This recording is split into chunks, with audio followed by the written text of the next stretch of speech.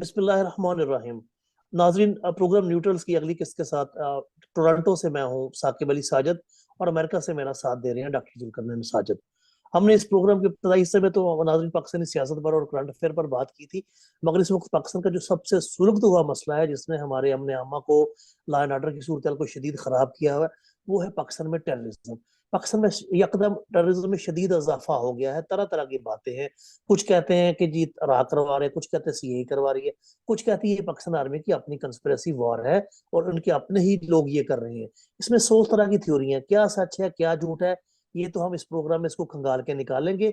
लेकिन मैं आपको ये बताता चलूं कि पाकिस्तान में ये जो धमाके हैं, ये दहशतगर्दी है, ये आज की नहीं है। इससे पहले जब हम अफगान जहाद में रहे 70s में, तब भी ये प्रॉब्लम रहा है, और उससे पहले जब हम अमेरिकन काम में गए थे तब ये प्रॉब्लम शुरू हुआ था। मगर इस तमाम सूरत हाल में जो इसकी तारीख पर कि पाकिस्तान ने कब कब प्रॉक्सी वार लड़ी और हमने प्रॉक्सी बनने का सिलसिला कब शुरू किया था, इसके बारे में डॉक्टर जुल्करनैन साजिद की काफी रिसर्च है।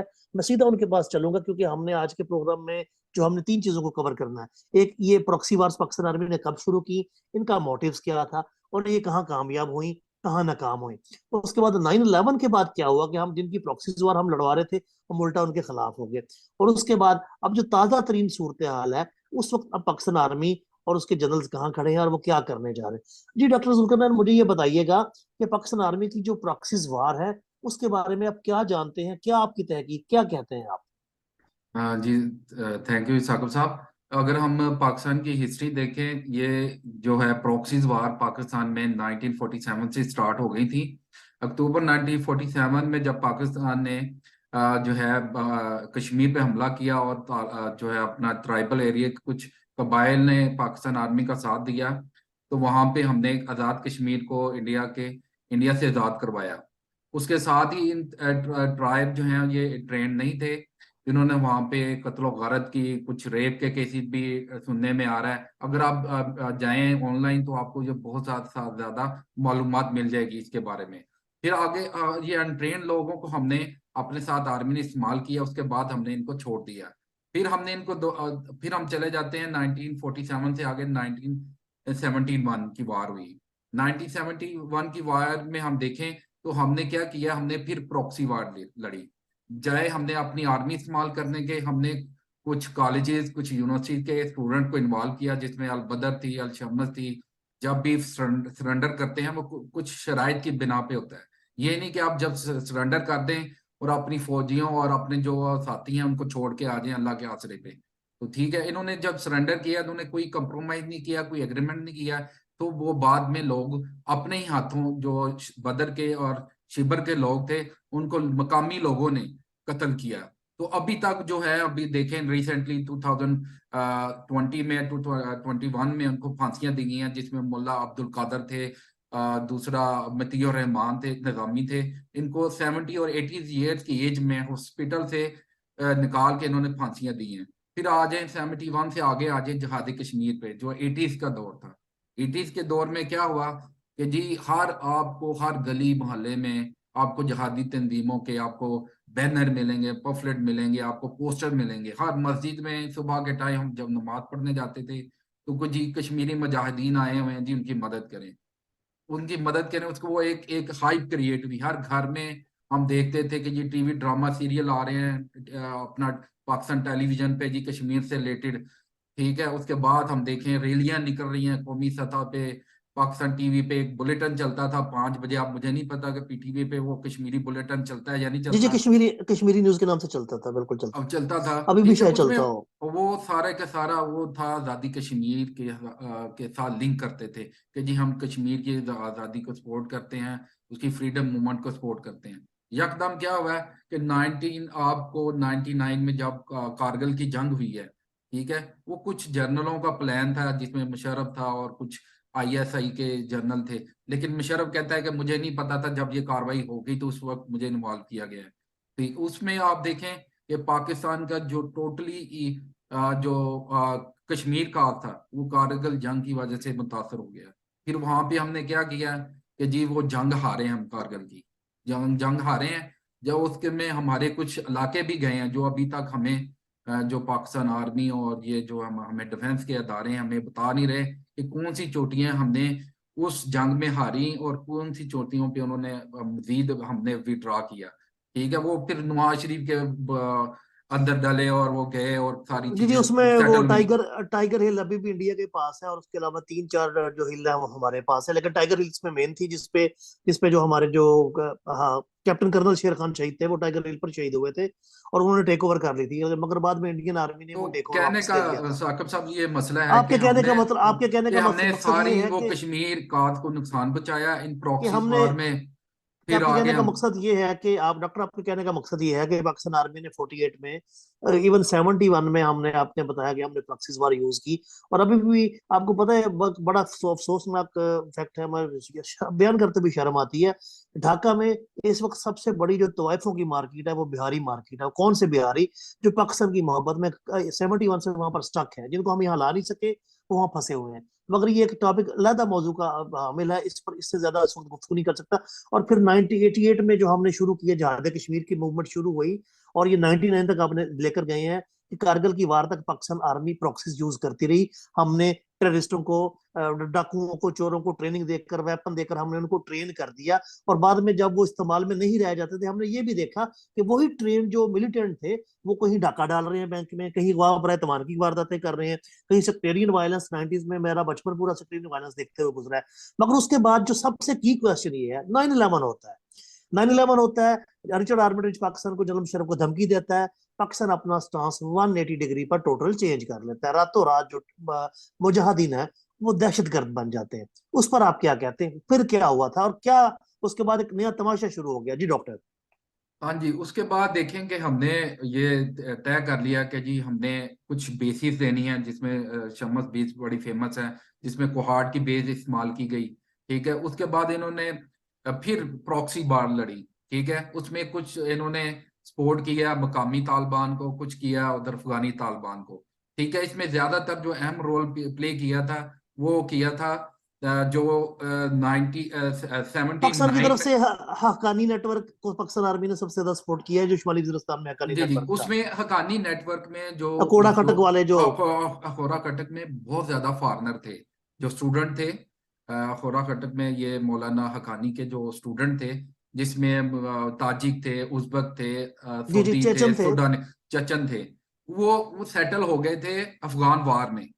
आपको पता होगा जी जी, 79 में अफगान, जब अफगान अफगान, जहाद खत्म हुआ कि ये जितने भी वारलॉर्ड्स थे, उज़्बेक, ताजिक, चेचन, ये हमारी ये जो सब। एक्स्ट्रा ट्राइबल, या जिसको हम फाटा कहते थे, फेडरली रेस्पेक्टेड ट्राइबल एरिया, जो अब 7 डिस्ट्रिक्ट बना दिए गए केपीके के, ये तमाम के तमाम वारलॉर्ड यहाँ पर सेटल डाउन हो गए थे। हाँ जी, और जब सेटल।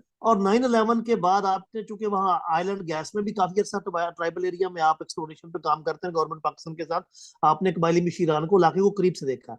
मैं आपसे ये जानना चाहता हूँ कि 9/11 के बाद जब पाकिस्तान आर्मी ने अपनी स्ट्रेटजी बदल दी, उसके बाद यही जो चेचक, ताजिक, उज़्बेक लोग थे, जिनको हमने पनाह दी हुई थी, जिन्होंने वहां शादियां की थी, सेटल थी, इन्होंने पाकिस्तान के खिलाफ हथियार उठा लिए, और उसके बाद उन्होंने फिर वहां पर क्या तमाशा दिखाया? जी डॉक्टर।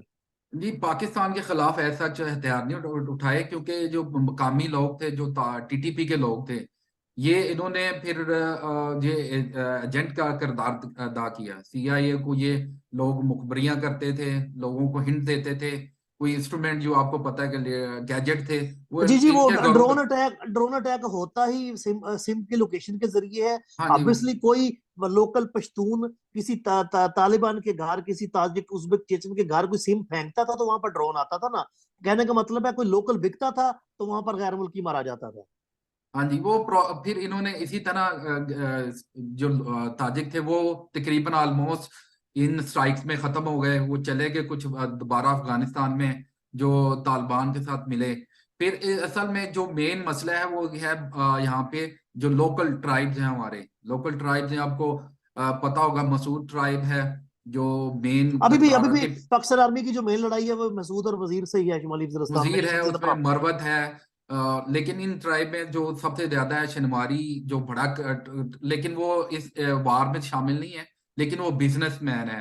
और साथ अफरीदी कबाइल हैं जो यहाँ पे ये बॉर्डर के दोनों तरफ रहते हैं। लेकिन जो मेन मसला है वो मसूद कबाइल का है। वो जंगजू कौम है और वो ज्यादातर इन्हीं टेररिस्ट अटैक्स में खास तौर पे पाकिस्तान में इन्वॉल्व है। इसके साथ साथ अगर हम चले जाएं, अगर बाढ़ का मसला देखें, बाढ़ में जो बाढ़ मेन के जो मसले पे बाढ़ के मसले पर हम आते हैं। बाढ़ तो हमने जब काउंटर करने के लिए लगाई, लेकिन हम बात कर रहे थे 9/11 के बाद पाकिस्तान आर्मी ने स्ट्रेटजी बदली, और उसके बाद जो वहाँ के मकामी लोगों ने भी ड्रोन अटैक कराने में सीआईए का साथ दिया, और ये जो फार्मर जंगजू हलाक हुए। उसके बाद पाकिस्तान आर्मी के ऑपरेशन पर मैं बात कर दूं कि पाकिस्तान हाँ हाँ आर्मी ने हाँ जी। मुशर्रफ दौर में थोड़ा बहुत ऑपरेशन शुरू किया था, मगर जो फुल फ्लेज पहला ऑपरेशन हमने देखा है वो जनरल कियानी के दौर में जो है, वो हमने पहला कामयाब ऑपरेशन किया था राह निजात के नाम से, जो हमने वजीरिस्तान को क्लियर किया था, जनूबी वजीरिस्तान को। उसके बाद हमने जनरल कियानी के दौर में सवात क्लियर किया, बाजौड़ क्लियर हम्म। किया, खैबर एजेंसीज क्लियर की। जनरल रहील और ये जनरल कियानी के दौर में जितने भी मिलिट्री ऑपरेशन हुए, इनमें जो कामयाबी की शरह वो 80% से ज्यादा थी, जो कि दुनिया में बहुत अच्छी समझी जाती है। उसके बाद आया था जनरल रहील शरीफ का दौर। जनरल रहील शरीफ के दौर में हमारा जो ऑपरेशन राह रास्त था शायद शुमाली वजीरिस्तान का, उसमें कामयाबी की रेशियो सिर्फ 40% थी। मगर अल्लाह भला करे, हमारे जनरल आसिफ सलीम बाजवा का DGISPR थे, उन्होंने जनरल राहील शरीफ का अयोरा इस तरह से बना दिया था, हयोला इस तरह से बना दिया था कि लगता था कि शायद करूने ओला के या करूने वस्ता के मुसलमान सिपहसालार वापस आ गए पाकिस्तान में। तो उस वजह से वो फैक्ट्स छप गए। उसके बाद हमने देखा कि शुमाली वजीरिस्तान में अधूरा ऑपरेशन हुआ, 40% उसकी कामयाबी थी, टेररिस्ट डिस्पर्स हो गए, कुछ चले गए। और टेररिज्म है कौन, ये जैसे आपने पहले जिक्र किया कि शुमाली वजीरिस्तान में सबसे बड़ा प्रॉब्लम आपका महसूद के साथ है। उसके बाद आपने जनरल बाजवा ने अपने दौर में एक अच्छा चीज की, बाकी तो उनके एंगल पे बहुत बार मिस्टेक है, ब्लंडर है जनरल बाजवा के एंगल पे, कि उन्होंने पाकिस्तान अफगानिस्तान के बाढ़ पर बाढ़ लगाई बॉर्डर पर, और तालिबान को और अफगानिस्तान को बाय हुक एंड क्रुक ये कहने पर मनवाने पर मजबूर किया कि ये इंटरनेशनल बॉर्डर आपको उसको मानना होगा। मगर बाढ़ लगने के बाद बावजूद भी हमने देखा कि हमले हो रहे हैं, बढ़ गए हैं, और अभी मौजूदा दिनों में जो दहशतगर्दी वो काफी बढ़ गई, हमले काफी बढ़ गए। और उसकी रीजन ये है कि आपने चूंकि इन इलाकों में काम किया, आप मुझे बताते रहते हैं कि वजीरी लोग हैं, ये महसूद लोग हैं, उनको बाढ़ रोक नहीं सकती, क्योंकि ट्रेन इस तरह की है, वो गारों में गुफाओं में छुप कर इधर आ जाते हैं, उधर चले जाते हैं। ये नाले हैं, रिवर हैं, छोटे छोटे, एक कैवर्न्स बनी हुई हैं, अंडरग्राउंड है, जिसे कारेज कहते हैं, जो खास तौर पे ये चूने के गुलशन में पत्थर जैसे लाइमस्टोन कहते हैं, लाइमस्टोन में बनती हैं, ठीक है।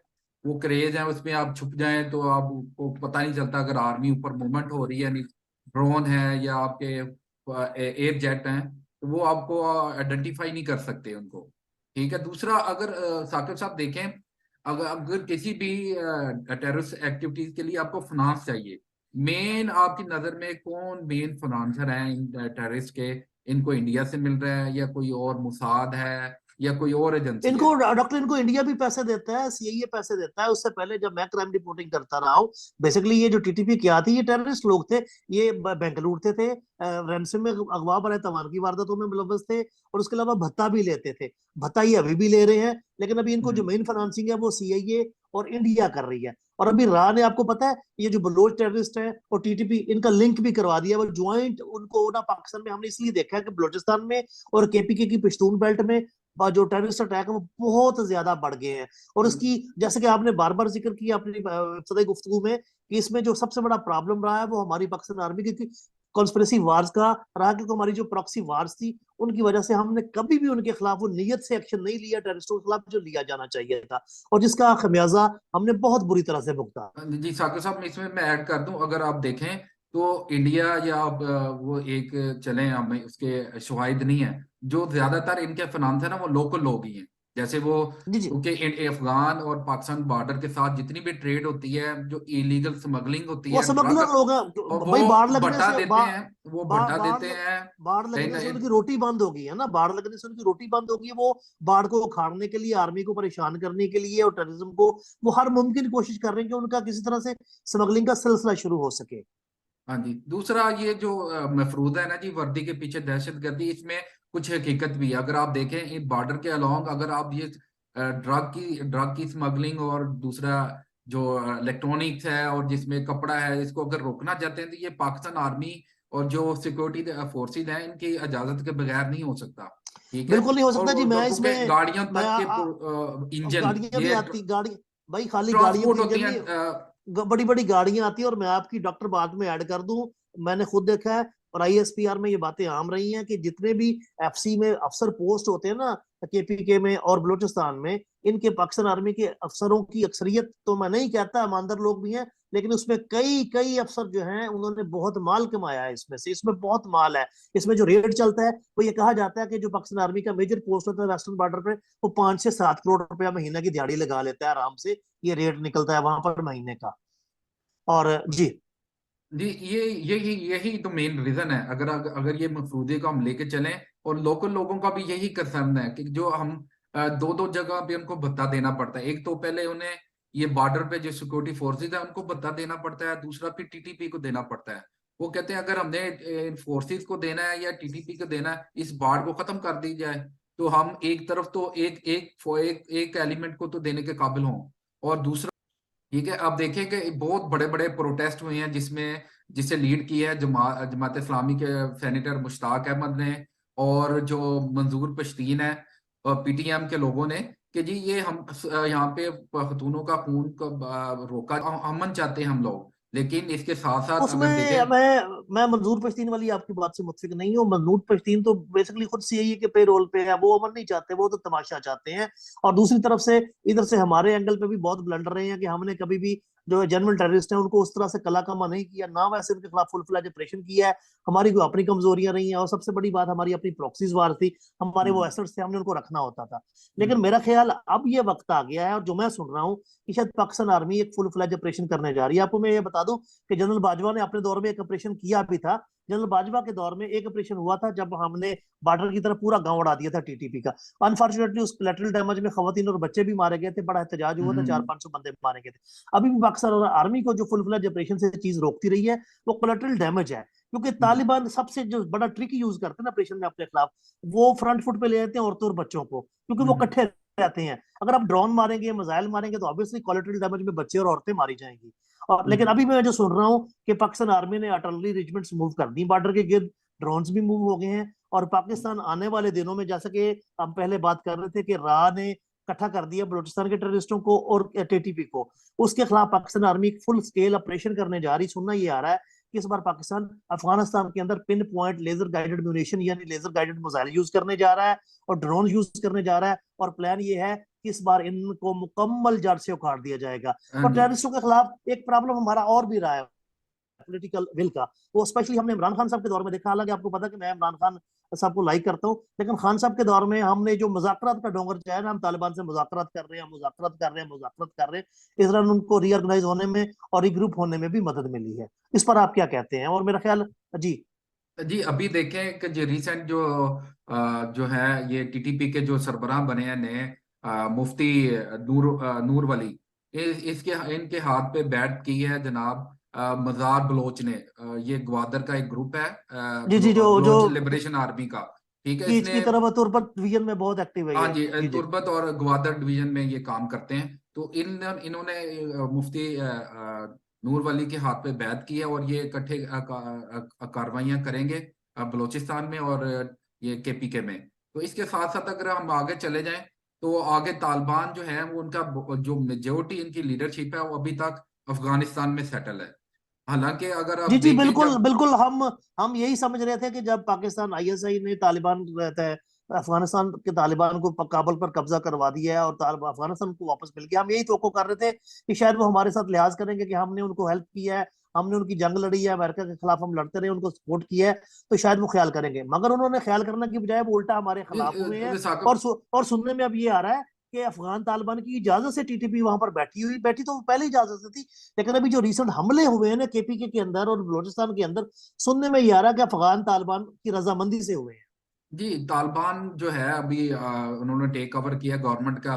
हमने शुरू से ही अगर देखें 79 के जो है रशिया के इन्वेजन से के बाद से हमने जो अफगानिस्तान को एक अपनी पपेट स्टेट इस्तेमाल किया है, उसे हमने एक स्टेट के तौर पे यूज ही नहीं स्ट्रेटजिक किया। स्ट्रेटजिक डेप्थ के तौर पर हम एक फिलॉसफी लेके चलते रहे जो बुरी तरह से फेल हाँ हुई जी, है। और उसको एक स्टेट के लेवल पे करना चाहिए था, उसके साथ डील करना चाहिए का, क्योंकि स्टेट टू स्टेट जो मामला तय होते हैं वो लॉन्ग टर्म चलते हैं। ठीक है, अगर हम अभी भी उनके साथ एक स्टेट टू स्टेट चलें, उनके साथ अपना कुछ ले और कुछ दे की बुनियाद पे चलें, तो ये मैं नहीं समझता कि टीटीपी वो अफगानिस्तान से कार्रवाइयाँ कर सकती है, क्योंकि तो जो जी अफगान तालिबान बहुत है उनका बहुत ज्यादा इन्फ्लुएंस है पश्तून बेल्ट में खास तौर पे।